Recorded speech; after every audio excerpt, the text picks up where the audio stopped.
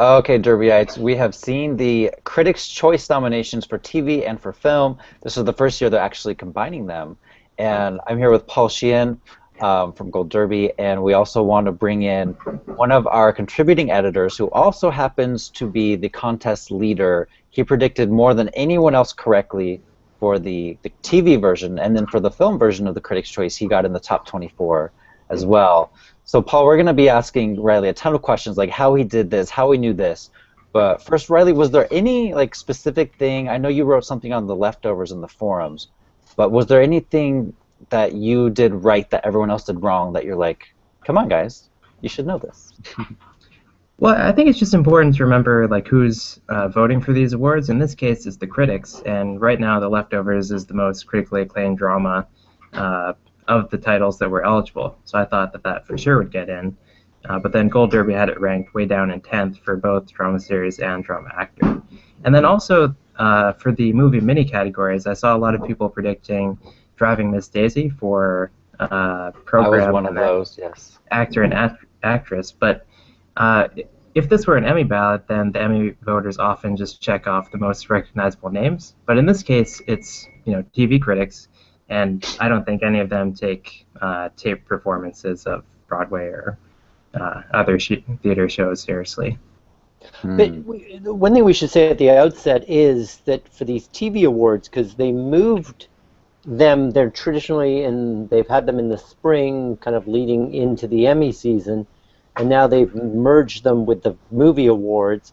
So for this year and this year only, there was that shortened eligibility period, right, from June 1st through the end of the year. So It was a much smaller pool of contenders, so that you were able to winnow your way through all that and figure out what was going to work and not. And I owe Riley an apology publicly here, because he pitched an idea last week saying, let me write about The Leftovers, and I think we're really underestimating it at Critics' Choice, collectively at Gold Derby, and I'm like, yeah, okay, write about it afterwards, sure. That's not gonna happen. That's why I got 57 and Riley got 84, and so I'm here now bowing down to learn from the masters. So anyway, I just had to interject that for the people that are looking at these nominations going, but where's Game of Thrones? Where's this? Where's that? But there's no Modern Family, which was eligible. The critics have totally moved on from this show.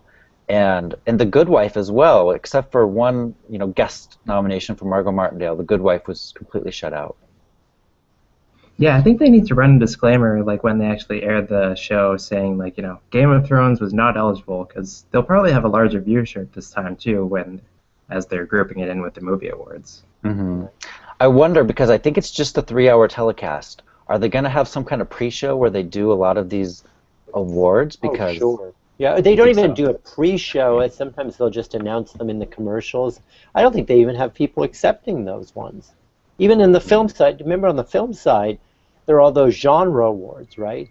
The action, best actor in an action film, in the sci-fi. And then they only give out certain performances on some of the genres and not others. So you can be the best actor in an action movie, not the best actor in a sci-fi movie.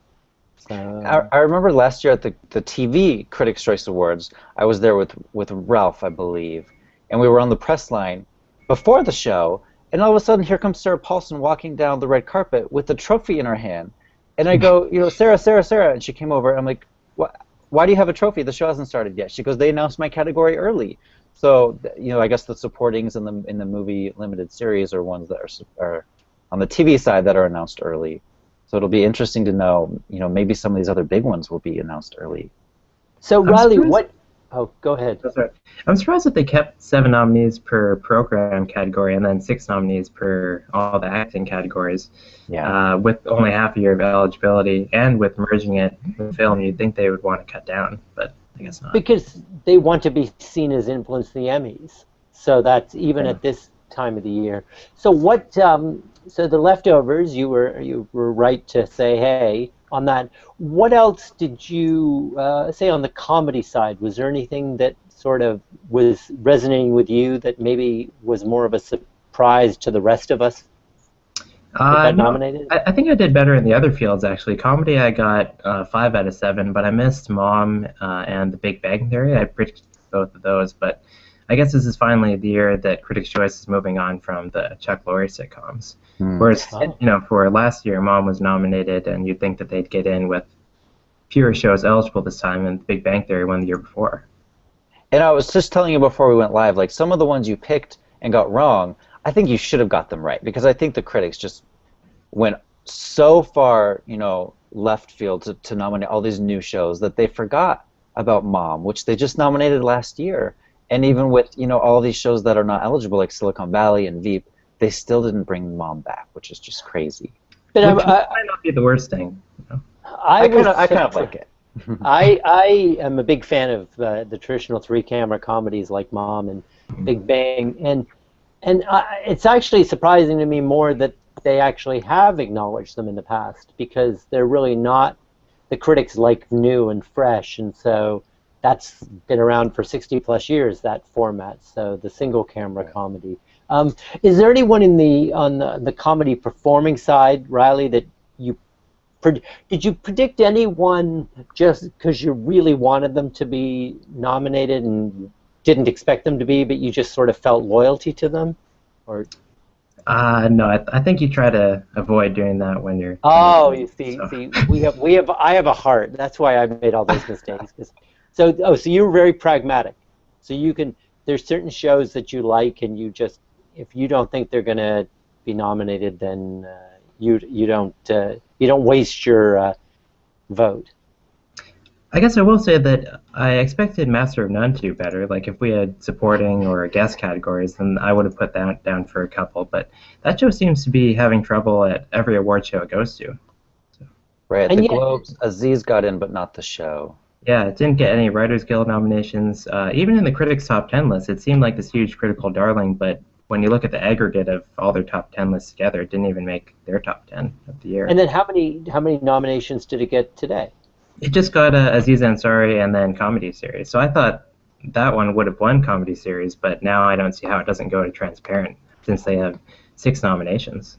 But Right. I guess that's my, sorry, Marcus, I just want to say that's my one thing about the critics, because I know what you were saying about The Leftovers. Hey, it's the most critically acclaimed show, and of course you should be predicting it. I'm trying to come up with excuses why I didn't let him run the piece. But it's like, but don't you think that there's sometimes that you can look at the list and then you look at what they nominate and they don't match up? Like you can rank all the shows, like you said, that they're on all the top 10 lists, but how many shows on the top 5 did they not nominate today, or 10? Aren't there some that they did not nominate that they should have by using that logic? Yeah, it's tricky. Like it's not exactly the same, but it does match up better than I guess like the Gold Derby predictions. Like Jessica Jones and The Good Wife should have both gotten in based on how they performed in like the year-end top 10 list. I think Jessica Jones is more of like a fad thing. Like I noticed that Daredevil was barely on the top 10 list, and then I think maybe if it had come out around this time of year, then it would have been. And I think Jessica Jones will be forgotten pretty quickly.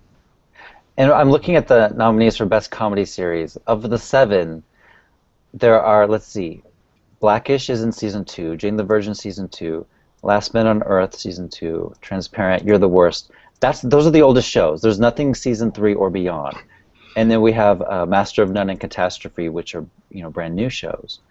So the critics really did say, screw you to anything that's 3 seasons and older. It's crazy. That's funny. I know something like Catastrophe. I mean, 6 episodes like that which I love Catastrophe. Mm-hmm. I think it's wonderful, but it's like I do wish that there was some gradations. That I know we're adding more categories, but how that they do over at the BAFTAs. That a certain number of episodes you're in this category versus that category. Because I think it's a heck of a lot harder when you're Mom or Big Bang to do 24, 26 episodes than to do 6. It's true. When you're The Good Wife and you do 22 hours, Yeah, that's right. probably one of the hardest working casts and writers on TV, and it's always gotten in at the Critics' Choice. This is the one, award show. Well, I guess the Emmys too, but at least for the actors, the Emmys love the actors. But this is the one show where The Good Wife always had a strong support system, and that's no more. And then, so how has this current season been? The one they're watching right now. I think that's a good point. I think maybe fans are disappointed. I still love it. Keep it up, CBS. You guys are doing great work, but I think fans are starting to maybe get tired of it. So you said that you don't let your fandom influence you, Riley, but so what, but was there something, I mean, The Leftovers, you are a fan of The Leftovers, so definitely rooting for that one, yeah. It gelled nicely that it was also critical. What do you like that isn't sort of going to make the cut with the Critics' Choice? Is there anything you like to watch that maybe is a guilty pleasure? I'm curious. I don't know about guilty pleasure, but I love that show Review on Comedy Central. But yeah, it's just watched by so few people. Oh, you wrote about that, yeah. I remember you wrote. You did. We do these posts leading up to the Emmys, Emmy MVP, and I remember you wrote about it. And the rating was like 500,000 people or something watch it in America. I mean, it was sort of shockingly, but it made me watch it. I will say. Oh yeah. Your review, yeah. One episode. And did you enjoy it? The one episode I watched, okay. I enjoyed it. I see. Oh, go ahead, Marcus. I was going to say, last year's big winners, it was Silicon Valley and The Americans. They're not eligible. So I guess I'll go to Riley. What do you think will win comedy and drama? What will take those open slots? Well, comedy, yeah, like I said, I thought it'd be Master of None, but it didn't really show up. Like, it could have gotten in for supporting actress, or it could have gotten Claire Danes for guest actress, but it didn't. And then Transparent got more nominations than last year, and last year they also didn't award it, so I think they might want to play catch-up there. Yeah. I'm agreeing with Riley. I would do Transparent too, but for drama, I don't know if I would do Leftovers or Mr. Robot. That's a tough one.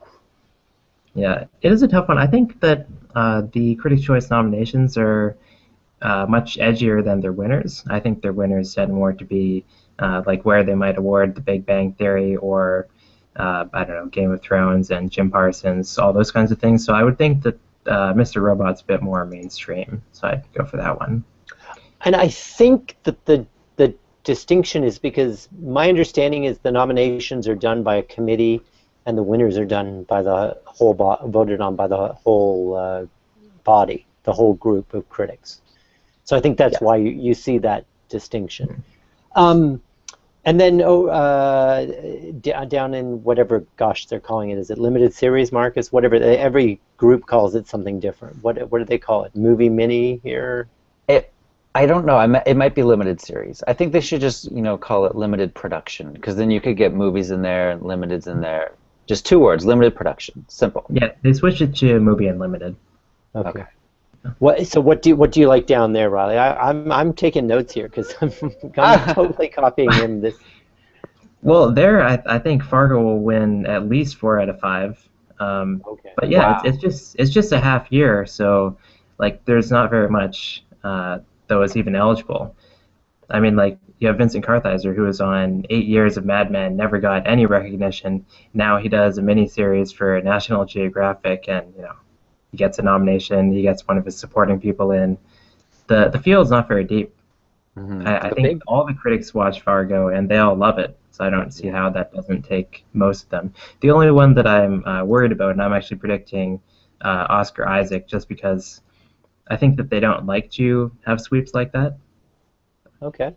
But then he didn't last week there was I guess, was it the Globes that were completely indifferent to that?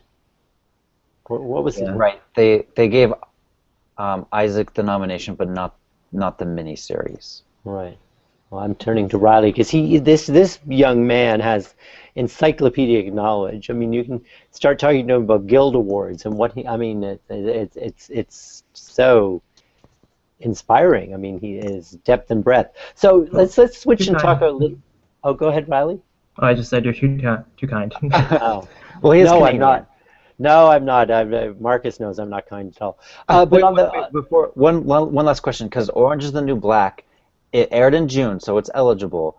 Why do you think it was snubbed? I have no idea what happened there. Well, again, it's not the Emmys, so like they don't nominate the same thing over and over again. They don't care about Orange is the New Black anymore. They don't care about Homeland. They don't care about The Good Wife. You mentioned Modern Family. I guess they don't care about The Big Bang Theory. And they also don't just nominate new things just because they're new, like at the Golden Globes. So there's no Narcos here.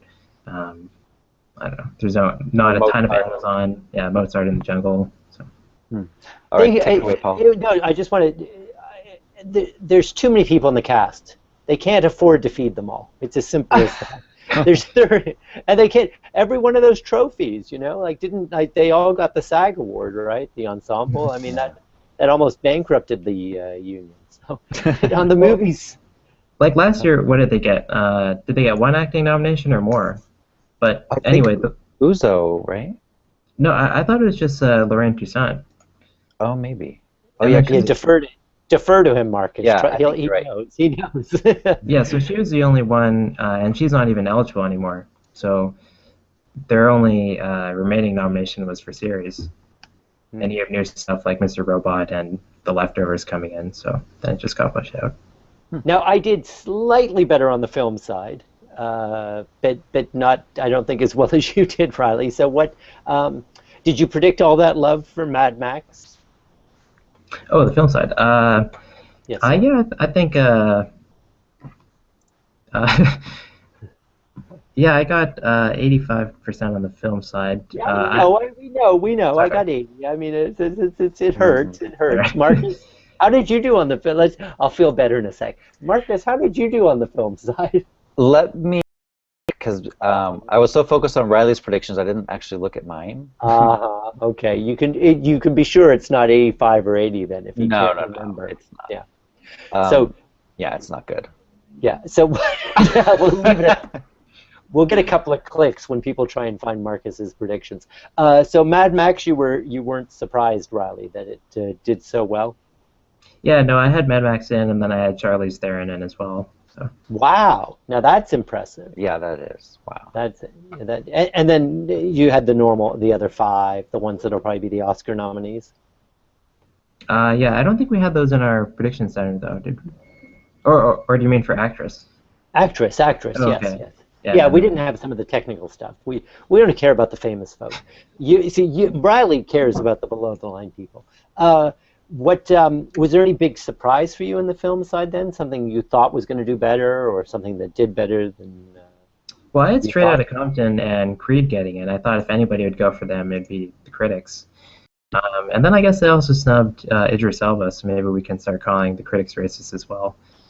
Yeah. Well, that's what. But this is to my point about that. I really do admire you the way you were able to finesse it, because if you look at Metacritic or Rotten Tomatoes, Straight Outta Compton, one of the best reviewed movies of the year, and probably you probably know this, but are there films that did get nominated that were not as highly rated as Straight Outta Compton, like in terms of on the Metacritic or Rotten Tomatoes scores?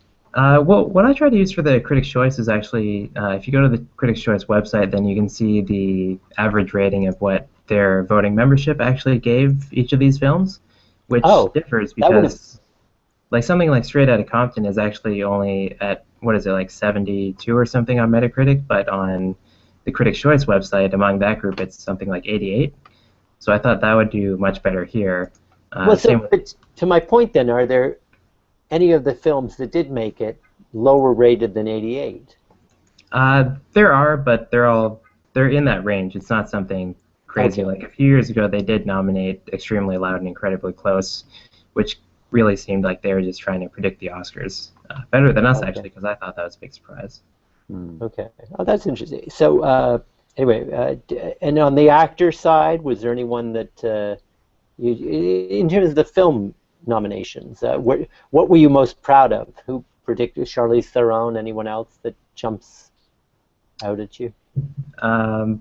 Well, they went with wherever the studio submitted them, so all the lead people who were in supporting ended up going in supporting. And they didn't have to.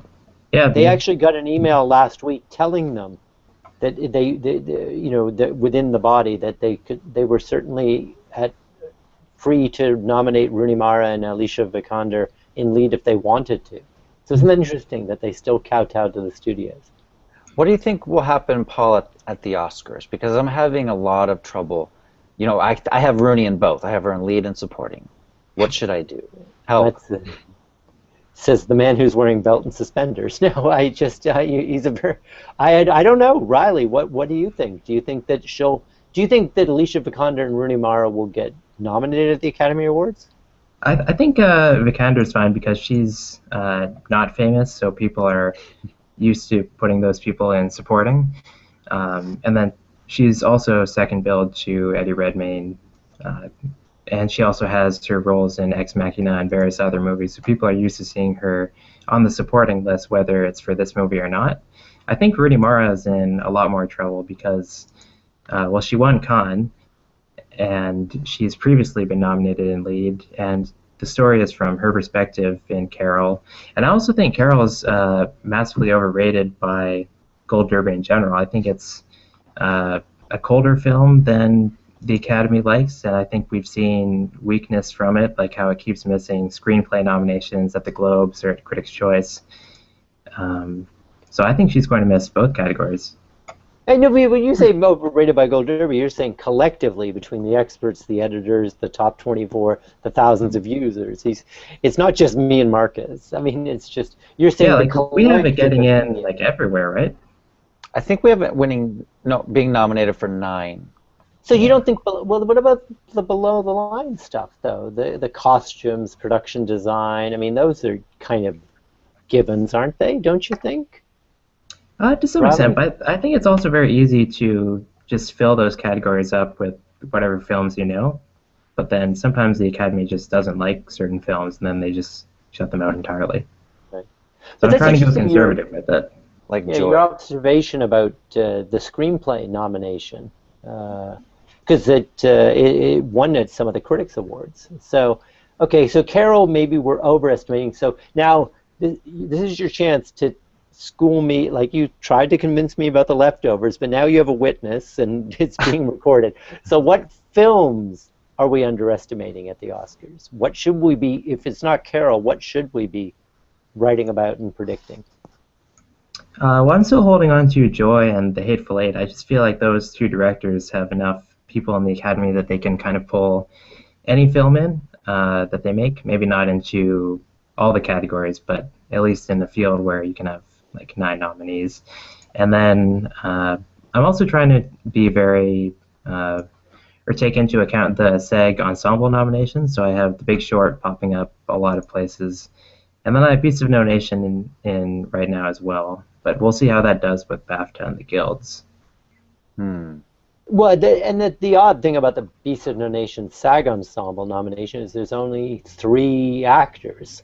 So that seems a little, given that they didn't nominate other, like Joy, right, with 103 actors in it. So I think there were more actors in it, though. I think they were just disqualified because they're not SAG members. Ah, okay. Well, there's all these rules. Marcus was explaining them to me about you have to appear in a single, like your name has to be alone on the screen. Yeah. So. Oh, I think that was Chris. I think he was saying, a single title, or sometimes they do double names. I think that's what he was saying. Okay. I think Bridget Spies and The Martian, though, are being very overrated. I think they peaked too early, and there's more exciting fare that's coming up, in November, December. But don't you think that those films are in the sort of the typical Oscar voter, white man, late 60s and north of that? I mean, Bridget Spies, they lived through that. The Martian is just a fun popcorn picture. I mean, don't you? There, right. That it's a fun popcorn picture. I don't think that means Oscar. So. Well, but it used to. I mean, back in the day. I mean, The Airport got nominated. Towering Inferno. I mean, that they used it. Star Wars got nominated. I mean that. So, do you have any sense about that? Because Star Wars. Do you think no? That it could maybe suddenly be the December surprise? I'm seeing it tomorrow, so I'll let you know if it's going to be nominated or not. Okay. And will you go see it this weekend, Riley? Star Wars? No. I've only seen one of the other ones, so. Oh my, wow. Okay, one of the other, which the original? Did you see Star Wars or some? What? Well, Just tell me you didn't. I guess we can say two. I saw episodes 1 and 5. But How could you not see 2, 3, and 4? What? All right, all right. What Well, now about I have to go. I have to go. I can't. oh, one last question while we have Riley and Paul? Inside Out, one of the best movies of the year. It did not Uh-huh. get into Best Picture for the Critics' Choice, I mean. And does that mean it's out of the Oscars for Best Picture? Should we stop predicting it for Best Picture? Well, again, to the idea, of course, that one of the most highly acclaimed films of the year, and the critics don't nominate it, though they say it's one of the best of the year. It's fallen out of our top 10 on the Gold Derby chart, but as Riley keeps pointing out, we're not necessarily right. So I'll defer to Riley. Are you going to predict it as one of the 10 Best Picture nominees, Riley? no, I think it's largely this thing that Sasha Stone keeps saying, which is that like people are only ranking their top 5 here when they're voting for Best Picture, even if there end up being more nominees. Mm. Uh, I think if you're filling out a ballot of 10, it's very easy to put in an animated film, but it might be harder with 5. And also, I think the gap between Toy Story 3 and Pixar's resurgence this year was just too long, and people don't take animated films as seriously as they used to Mm. 5 years ago. Wow. Yeah, that's good. Those are wonderful insights. So, well, we'll have to be sure to check back with you leading up to the Critics' Choice Awards, right, Marcus? So we can Yeah. steal all his predictions. Exactly. I don't. I'm going to predict now, but just ignore mine because I'm going to copy Riley's the day before the event. Yeah, and that's right. Just in case we probably have to turn them off early. Some of these other shows, we can keep the prediction center open right up until moments before it starts. But because of the Critics' Choice having such an extensive roster, and like Marcus just said, Sarah Paulson already having her award before the show started. So we'll probably turn them off a couple of hours in advance, so everyone be warned, including me. Yes, and me. Because I got caught out as well. I was all set to update yesterday. All right. Well, thanks everyone for watching, and congrats to Riley again. We will catch up with you and Paul and everyone in a couple weeks. Bye.